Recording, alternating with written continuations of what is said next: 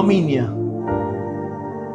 Es una palabra que en el diccionario significa afrenta pública, vergüenza, deshonor, ofensa, oprobio, agravio, injuria, ultraje, baldón, deshonra, infamia, insulto, bajeza, descrédito, vituperio, desnotación.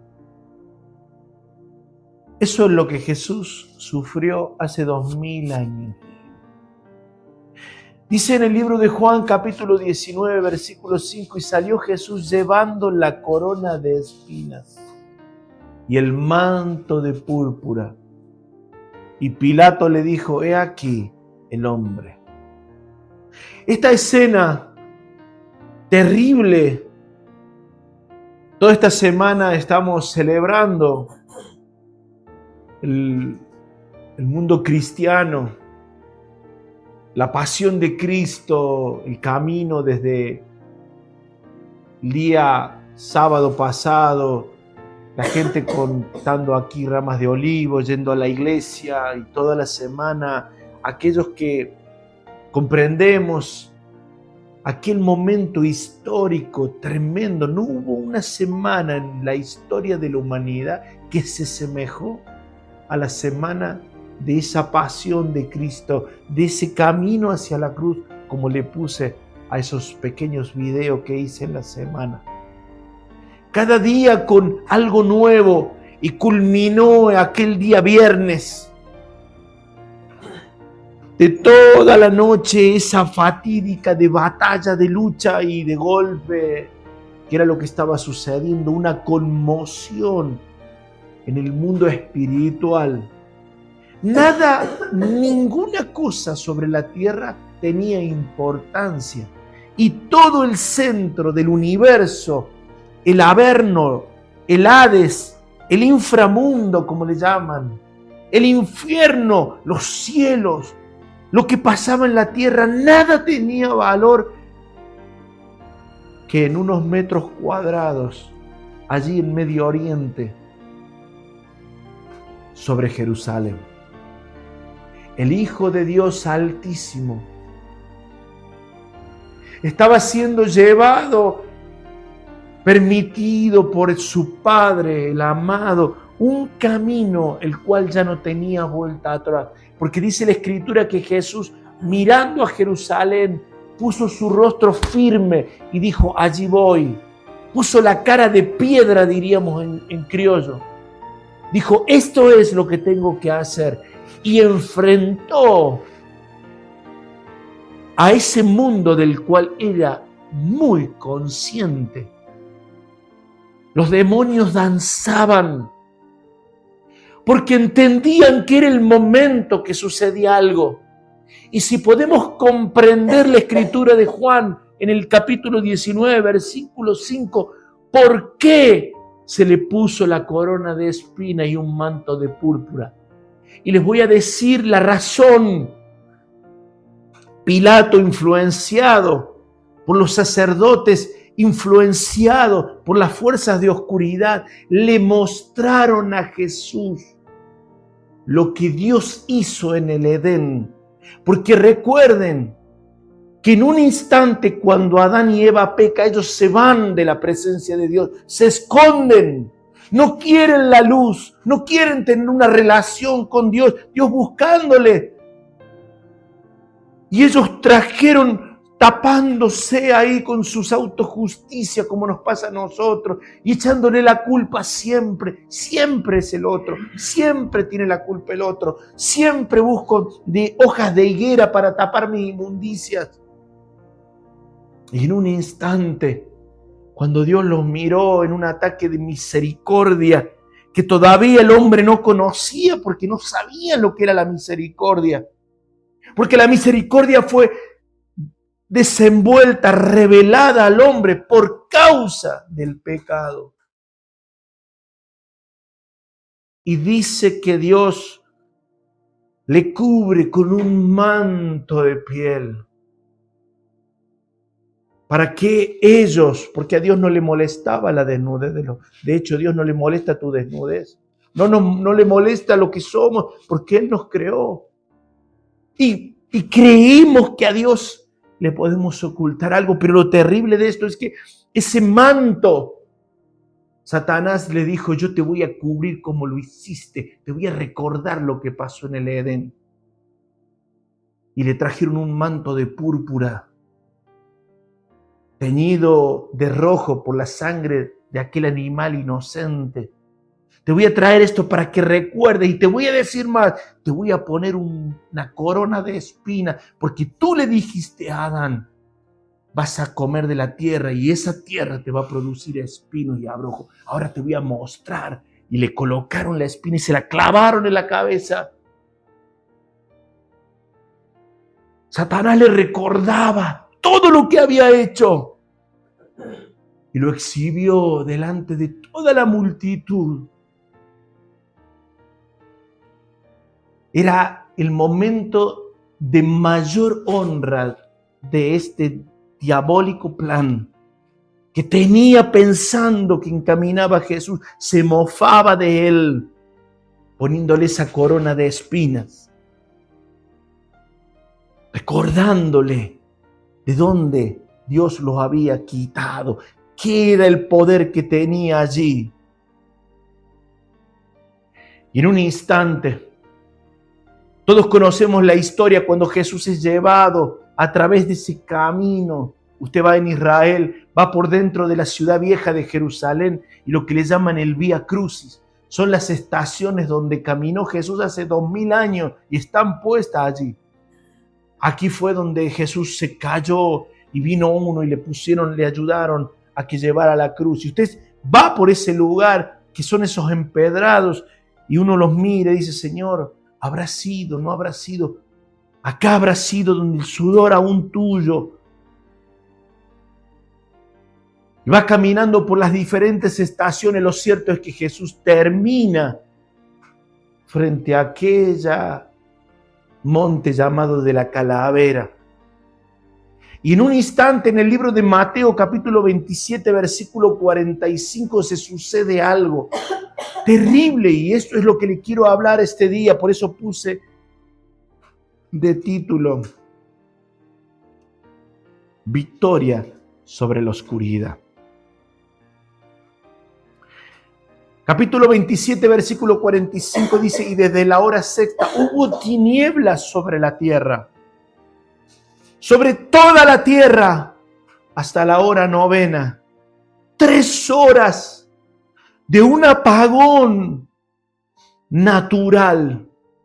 ¿Qué sucedieron esas 3 horas? ¿Por qué hubo esa oscuridad sobre la tierra? Tenemos que entender que la vida de un hijo de Dios, de un cristiano, tiene un poder tan grande sobre la tierra. El problema es que no lo creemos. El poder que tiene la oración en nuestra vida. Satanás es tan vil haciendo su trabajo que se encarga 24/7 de sacudirnos a la mente que tú no puedes, que tú no tienes, que tú no eres, que tú no esto, que tú no nada. Nuestras oraciones empoderan al diablo mismo porque oramos a Dios. Y cuando venimos a las reuniones de oración y cuando oramos a hoy, y mostramos porque el enemigo, porque esto, porque la oposición, y le damos tanto poder al diablo, porque nuestra vida ve lo que él nos quiere mostrar. Lo que hizo Satanás poniéndolo a Jesús, mostrándole la corona y esa capa, era mostrarle, este es ese Jesús. Flaco, débil, sin poder, acá está este hombre al que ustedes siguen. Imagínense, dice la Escritura más adelante, que cuando Jesús estaba en la cruz, cuando Jesús muere y lo estaban descolgando allí, los que le seguían, los que habían estado de lejos. De hecho, tenemos la Escritura que nos dice que iban 2 caminos a Maús. Pedro se fue, agarró la barca y se fue. Porque es tan hábil que nos hace perder ese lugar. Quiere mostrarnos que ese Jesús, puesto ahí casi en una manera de difamación, por eso usé la palabra ignominia, esa afrenta pública que sufrió Jesús frente a una multitud y los espíritus y los demonios que se levantaban las manos y loaban en el infierno, loaban. Claro, nosotros no podemos ver y comprender ese mundo espiritual que era lo que rodeaba el área donde Jesús estaba en la cruz, lo que sucedía allí. Y en un instante, dice que cerca de esa hora novena, o sea, en esas 3 horas de oscuridad, había empezado una batalla en el mundo espiritual. Y este es el punto en el que quiero hablarle. Si comprendiéramos el poder que tiene un hijo de Dios cuando ora, si supiéramos realmente la capacidad que hay dentro nuestro, cuando el mundo espiritual, ese mundo espiritual se hace carne, verbo dentro nuestro. Pero venimos delante del Señor a una reunión de oración en nuestra vida personal tan derrotados, pero tan derrotados, que ni siquiera hay fe para creer que Dios está. ¿No? Ni siquiera podemos creer que oramos y lloro y muestro mis lágrimas en el nivel, como diría un pastor amigo mío, es el nivel elemental, lloras, estás ahí, te emocionás, cantidad de lágrimas. Pero cuando entras en la relación íntima con el Espíritu Santo ya no hay más lágrimas, hasta se van. Porque en el nivel espiritual el Espíritu no tiene lágrimas. Y creemos que llorar 4 horas y dejar todos los pegados allí y todo esto es, y te metí cultazo, qué reunión que tuve. Y en realidad es algo tan emocional. Tocó mi alma, la parte almática mía, me agradó porque estuve con mis hermanos cantando. Claro, pero aún aquella obra verdadera del Espíritu Santo adentro mío, aquello que hace empezar a palidecer aún la atmósfera en el que... Quiero decirles algo. El mundo espiritual rige sobre un mundo natural. Hace unos días prediqué, vive Jehová en cuya presencia estoy. Y sacudió, el domingo pasado, sacudía al que estaba al frente. Porque la persona que estaba al frente entendía que el que estaba hablando era uno que estaba en un mundo totalmente diferente. Dice que el natural, el mental, juzga todas las cosas, juzga según su mente, pero el espiritual no lo puede juzgar nadie. Esto es tremendo.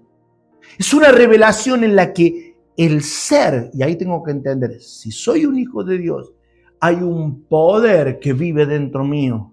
Y ese poder es el que me da la capacidad espiritual.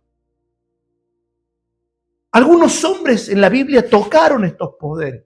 De hecho, hombres naturales han tocado. En nuestra Argentina, hombres poderosos que Dios ungió. Y como vasos derramados, como grandes hombres de Dios que transformaron nuestra Argentina. Un puñado de jóvenes allí en Paraguay, hace un tiempo atrás hablaba con una persona, vivieron un tiempo de tanta gloria, armados los paraguayos. Sacaban a los tiros a estos jóvenes. Ustedes no van a venir acá, ustedes no van a cantar. Todo blasfemo. Y esos jóvenes se arremetieron en el mundo espiritual, un puñado. Y Satanás, las hordas de Satanás vinieron para destruir esa obra. Y esos jóvenes siguieron batallando en el silencio, construyendo, orando por una nación sumida en la idolatría, sumida en la barbarie, en la decadencia moral. Y ellos creyeron, ese puñado de jóvenes, allí por ese lugar, y entraron a un mundo espiritual, porque dijeron, ¿qué hacemos? Ponemos un gobernante, un presidente, para que cambie las leyes. No sirve de nada eso. Eso es una parte. Pero si no se cambia algo en el mundo espiritual, no se puede transformar en el mundo natural. Tenemos que entender que una reunión de oración, un lugar donde nos congregamos, y cuando nuestra meta es el objeto, escuche esto, nuestra meta es el objeto, no nuestra meta son los objetivos. Porque para muchas personas la meta es el objetivo. ¿Qué es el objetivo? Listas de oración.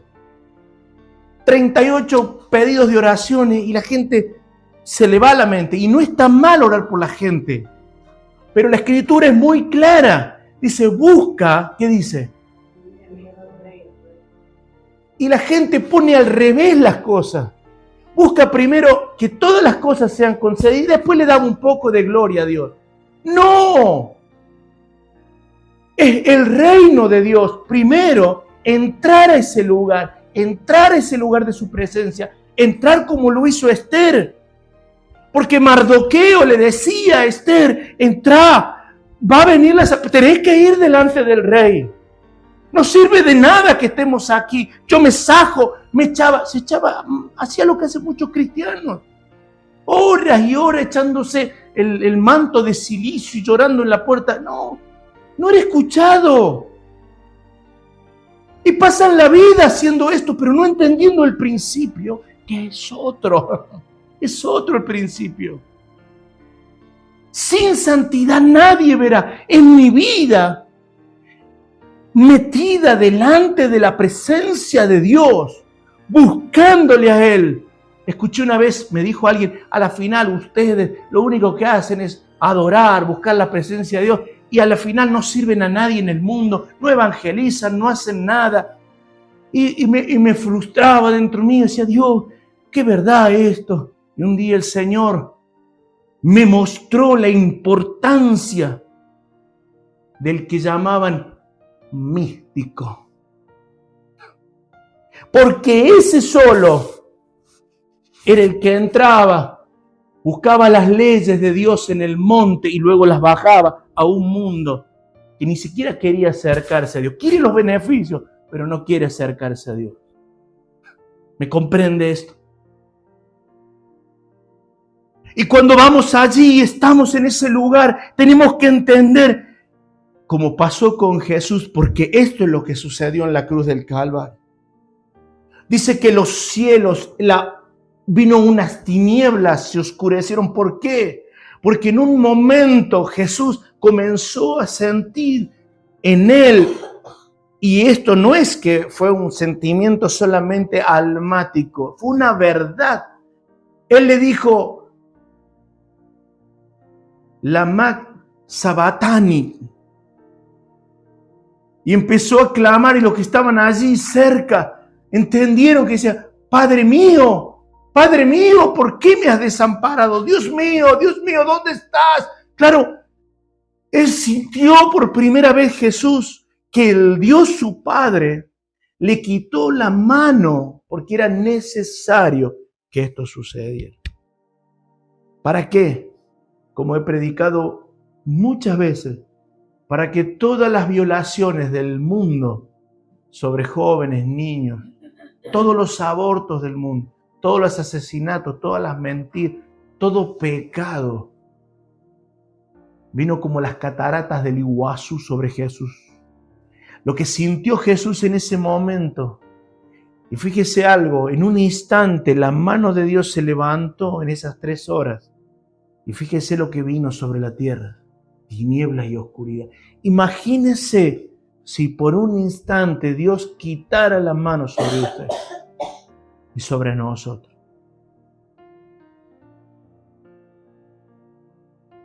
El castigo, dice la Biblia, sobre él, mi paz, todo esa paz que él tenía adentro se fue. Jesús dijo, mi paz yo les voy a dar. Jesús se despoja. Elí, Elí, Elí, lama sabachthani, le gritaba. Y los que estaban allí, imagínense el mundo, era una confusión ese momento. María, Juan, María Magdalena, la mamá de Jesús, estaban allí, la gente mirando. Había un soldado romano que estaba ahí, que dice la historia, los libros apócrifos, que se llamaba Longinos, que era quien sostenía la lanza y el que le trajo el hisopo. Y dice que la historia cuenta que este hombre, son libros apócrifos, tenía un problema de un principio de ceguera. Y cuando estaba allí mirando era la oscuridad y de golpe empiezan a suceder cosas, empieza a temblar la tierra. Se comenzaron a abrir los sepulcros porque ese era el antecedente, era la antesala de la gloria de Dios viniendo sobre la tierra. Dice que este hombre Longinos estaba allí con su lanza y había sido ordenado porque estaba allí parado. Y lo voy a tomar como cierto. Me gusta la historia, meterle estos pequeños tintes de color. No lo dice la Biblia. Pastor que está predicando un libro apócrifo. Piensa lo que quiera. Lo que es cierto que en un instante los sepulcros se comienzan a abrir y Jesús, hay una batalla en el mundo espiritual, ese conflicto de la oscuridad y las tinieblas. Y Satanás en una fiesta en el infierno, le puedo asegurar que fue el único momento de fiesta en el infierno. Había un gozo indescriptible en los avernos de oscuridad. Los cautivos que estaban esperando allí en el Seol, esa reivindicación, ese ser liberados de esos demonios, de esa oscuridad.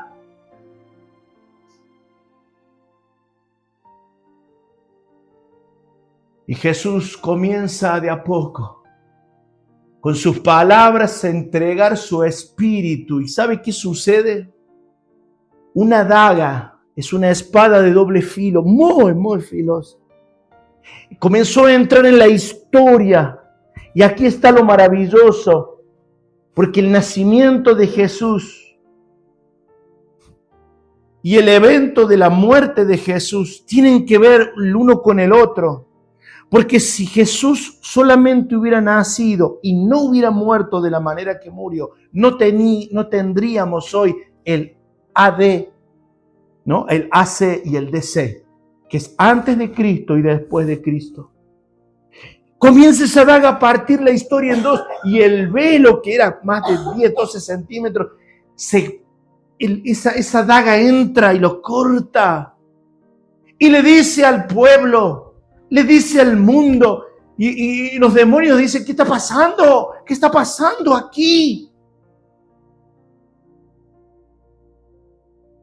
Y cuando se abre el velo, se parte el velo del templo, que esto es lo maravilloso.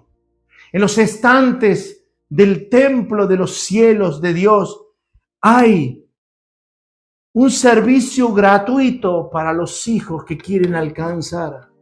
Dios rompe ese velo en dos y les dice, ya no necesitan todo un sacramento. Ya no necesitan ovejas, sangre, machos cabríos, toros. No necesitan traer pan. No necesitan traer de lo suyo para comprar algo.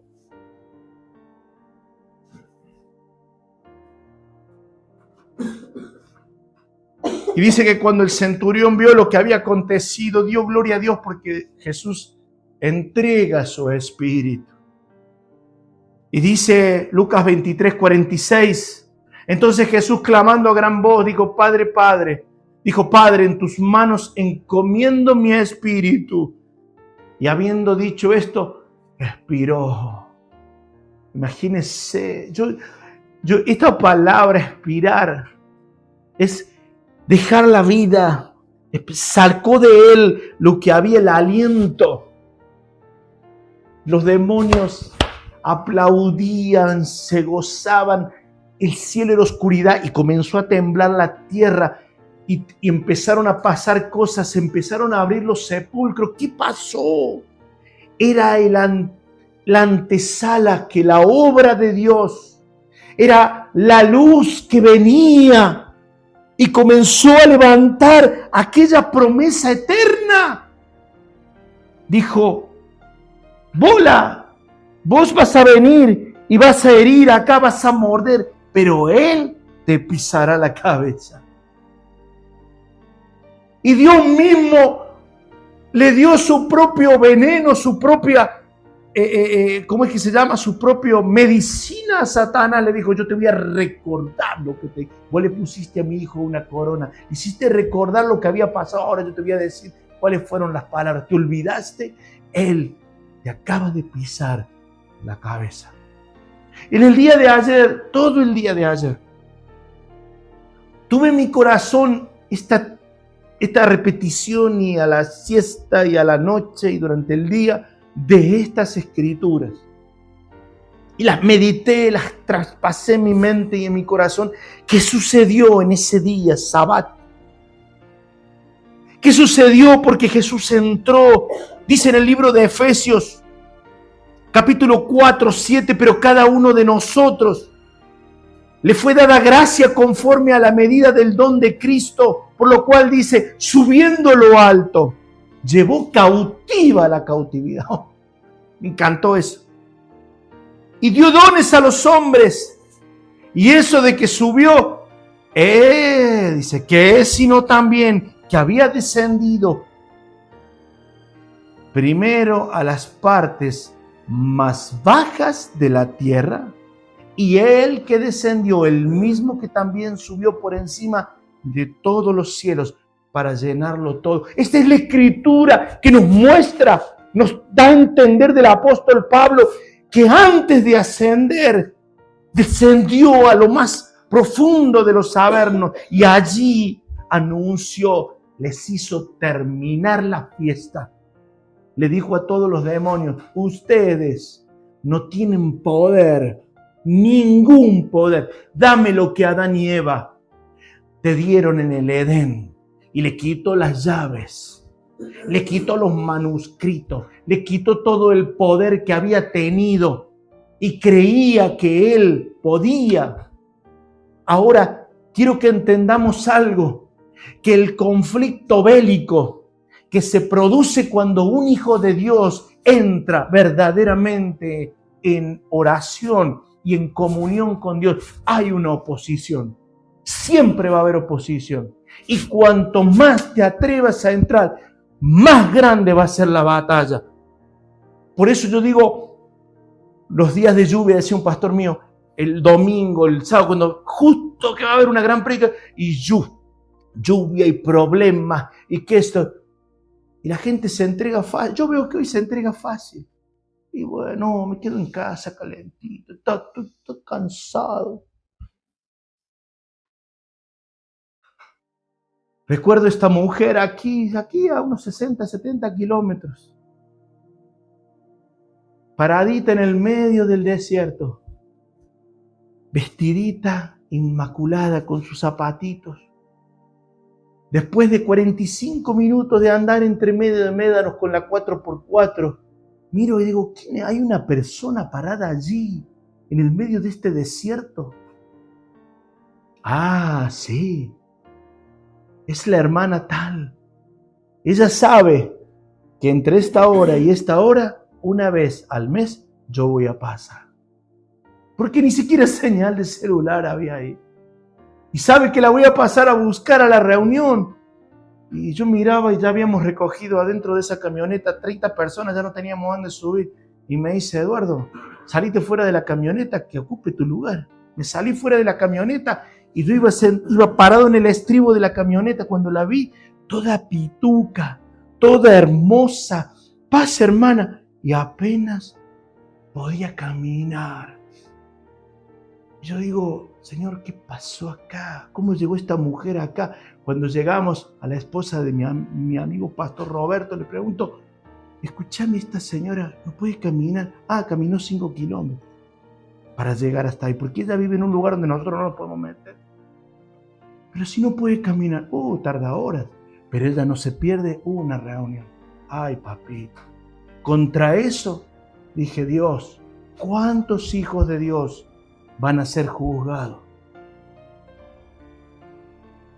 Porque esto habla y testifica del hambre que tengo. ¿Cuánto hambre tienes?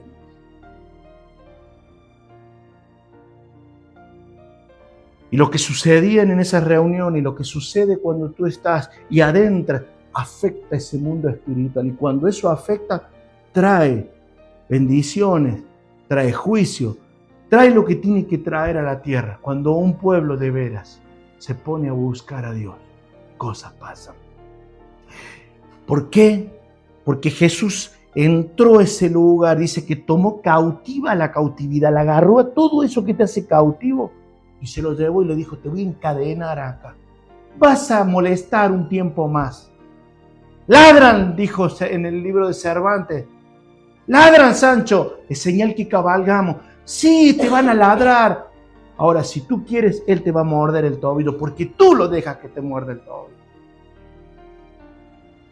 Porque tú le crees y yo le creo a Satanás lo que me dice. Eres un débil. Oh, sí, soy un débil. Estoy enfermo. Oh, sí. Y vivo enfermo, vivo débil. ¿Por qué? Porque no atiendo a aquel que murió en la cruz.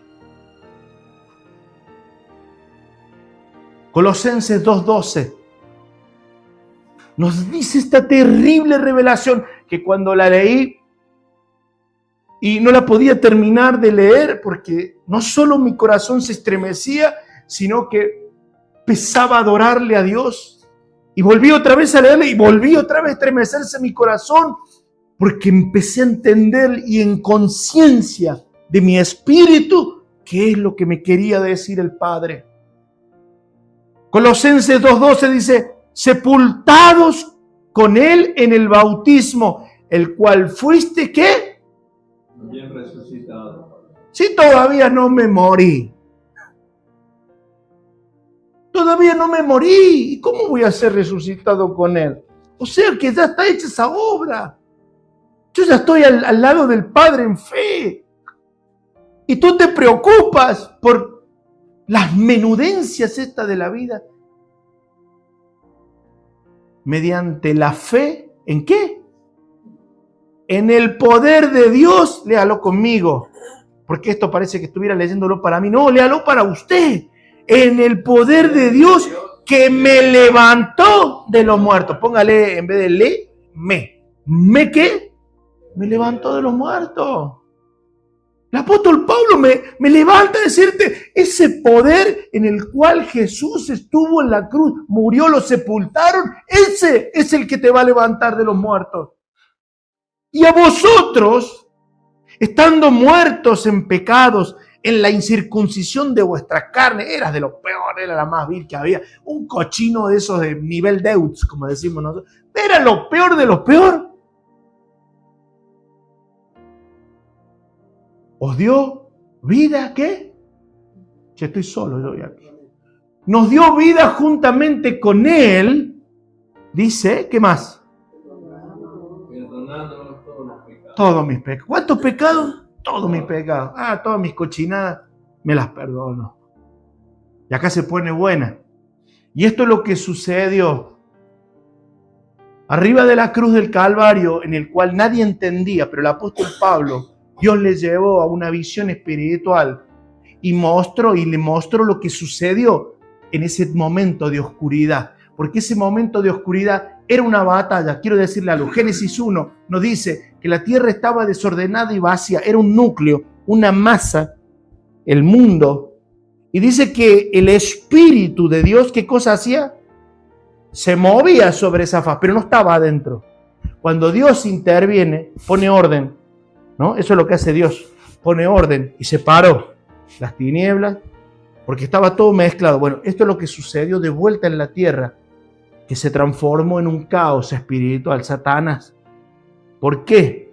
Porque entró estas palabras del apóstol Pablo, anulando el acta de los decretos que había en contra de nosotros, que nos era contraria. ¿Qué quiere decir esto?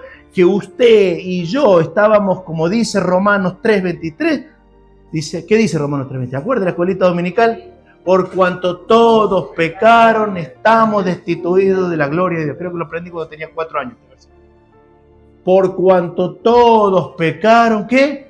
Estamos destituidos de la gloria de Dios. ¿Qué quiere decir eso? Destituido es una persona que no tiene parte ni nada ni lugar ahí de ese lugar. Bueno, ¿cuál era ese lugar? La gloria de Dios.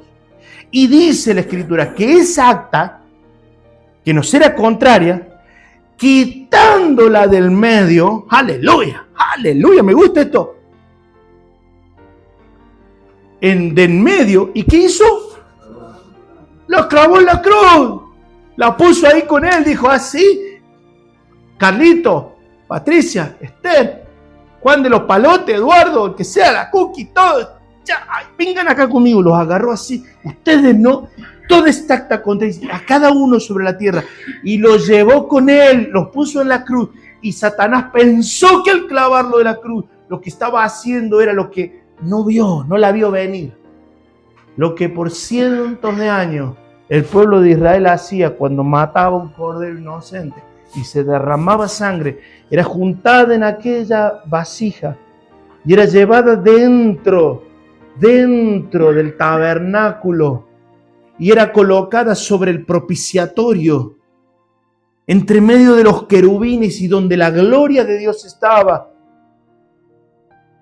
Y salía el sumo sacerdote con sus campanitas moviéndose y decía, los pecados fueron perdonados un año, jamás. Ahora la diferencia era que el sacrificio de Jesús era mucho más alto, su sangre, que estos machos cabríos, dice la Escritura. Y dice que Él nos perdonó todos nuestros pecados. El acta de los decretos, versículo dice, anulando, o sea, la anuló al acta de los decretos que había en contra de nosotros, que nos era contraria, quitándola en medio, clavándola en la cruz. Y dice, y despojando a los principados, a las potestades, los exhibió públicamente, triunfó sobre él en la cruz.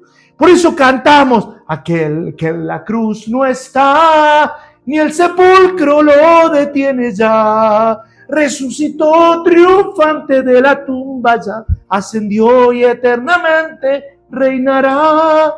Resucitó. Imagínense. Satanás dice, ¿a dónde estaba? No me di cuenta. Y los demonios, viendo a su líder palidecer, porque no solamente él pensó que iba a ganar con eso la guerra y perdió todo. Ya no hay más esperanza para él. Pero sí tiene una cosa para hacer. Y esta es la última vez que voy a hablar de Satanás en esta prédica. Sí puede todos los días cepillarte la cabeza. Porque es lo que puede hacer. Hacerte creer que tú no puedes, que tú no tienes, que tú eres un... Sí, mi carne se deteriora todos los días, es verdad, porque es por causa de mi naturaleza. Pero le voy a decir algo, Él sabe, cuando tú le declaras esto, yo te puedo asegurar que tú estás en un momento de tristeza y comienzas a declarar en fe y a verla, y a verla, y a verla. Y en un momento te paras, vas a cantar, resucitó, aleluya. ¿Por qué? Porque fue exhibido públicamente. Él venció, mi Jesús, sobre la oscuridad, sobre mis tinieblas. Aleluya, ¿lo cree usted? Amén. Hace unas horas pensaba, tipo 9 de la mañana, por ahí, 8:30. Pensar que esta hora hace 2000 años, María fue a la tumba y estaba ahí, mi Jesús. Y el ángel, ¿por qué lloras? Le dice. ¿Por qué lloras? Le dice. está. No está. Resucitó. No está. Salió corriendo y el amado salió corriendo, su espíritu, Jesús. Se tomó el tiempo para que sus 2 discípulos, por eso me gusta el nombre, caminando junto a Jesús, de ahí salió. Se puso al lado de los 2 discípulos camino en Maús. Estaban tristes, claro, porque amaban a Jesús. Y Él no te reprocha, no les reprochó, le dijo, ustedes, unos incrédulos. Les empezó a hablar y a hablar. En un momento Jesús se da cuenta que no les entraba bala, como dice en criollo. Somos herederos de algo maravilloso. De aquel que venció en la cruz. Y que aquel poder que fue hecho en la cruz, que venció sobre la oscuridad, está en ti. Ahora que tú lo creas, ese es otro tema. ¿Cuánto te ha socavado Satanás a hacerte creer? Ese es el problema. Y Él viene y se para otra vez en majestad y cada vez, una vez al año, vienen estas fechas donde nos hace recordar. Porque la salvación, quiero decirte, es gratuita. Amén. Porque la sanidad, ¿tienes que pagar algo? Es gratuita. Aleluya. Porque la vida eterna, ¿qué cosa es? Gratuita. Estos días me tenía que operar. Y claro, te vienen todos los pensamientos, ¿no es cierto? Más una operación como la que me habían dicho que me iban a hacer. Me senté a la noche, me levanté a la mañana temprano pensando en algo. Señor, ¿estoy en paz contigo? Sí. Y empecé a cantar una canción. Me voy a mudar con Cristo, me voy a mudar con Él. Pensaba, digo, si me tengo que ir, que me vaya en paz, Señor, estoy feliz. Le decía ayer a mi mamá se enoja cuando le digo estas cosas, pero bueno. ¿Por qué? Porque yo sé en quién he creído y en quién he confiado. Gracias, Padre. Yo sé que mi Salvador vive. Que esas bendiciones de Dios son gratuitas, como le dijo el Padre al Hijo pródigo. A los 2 los miró y le dijo, pero tienen todo adentro de la heladera. Todo acá adentro. ¿Por qué no lo tomás? Y bueno, que yo, viste, qué sé yo.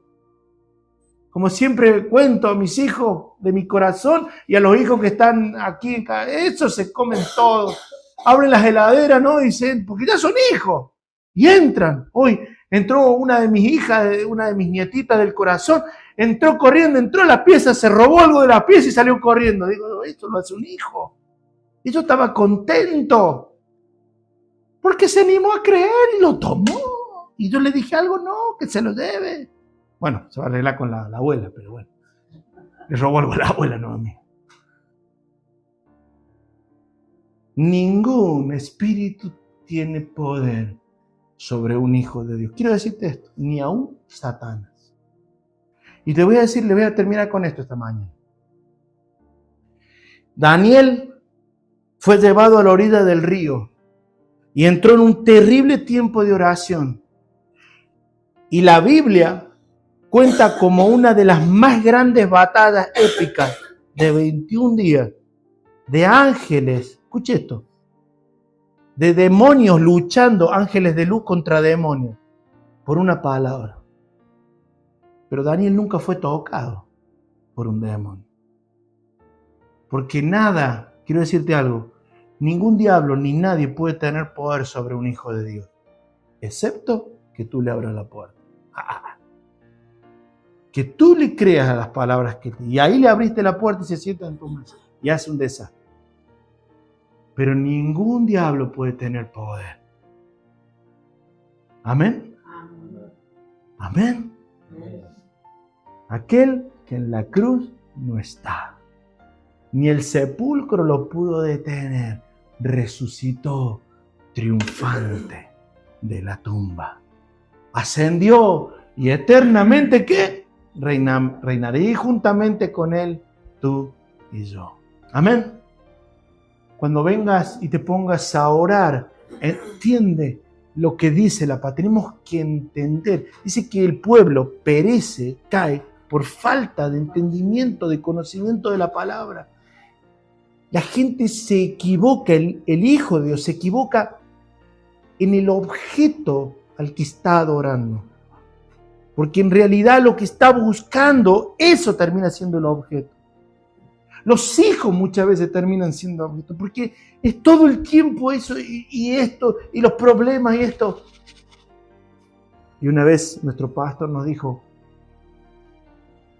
procuren, oren, busquen. En otra palabra, en criollo, pélensela hasta que Jesús venga y ¿qué? Ponga sus ¿qué? Sus pies sobre ¿qué, Pato? Sobre la tierra. ¿Por qué?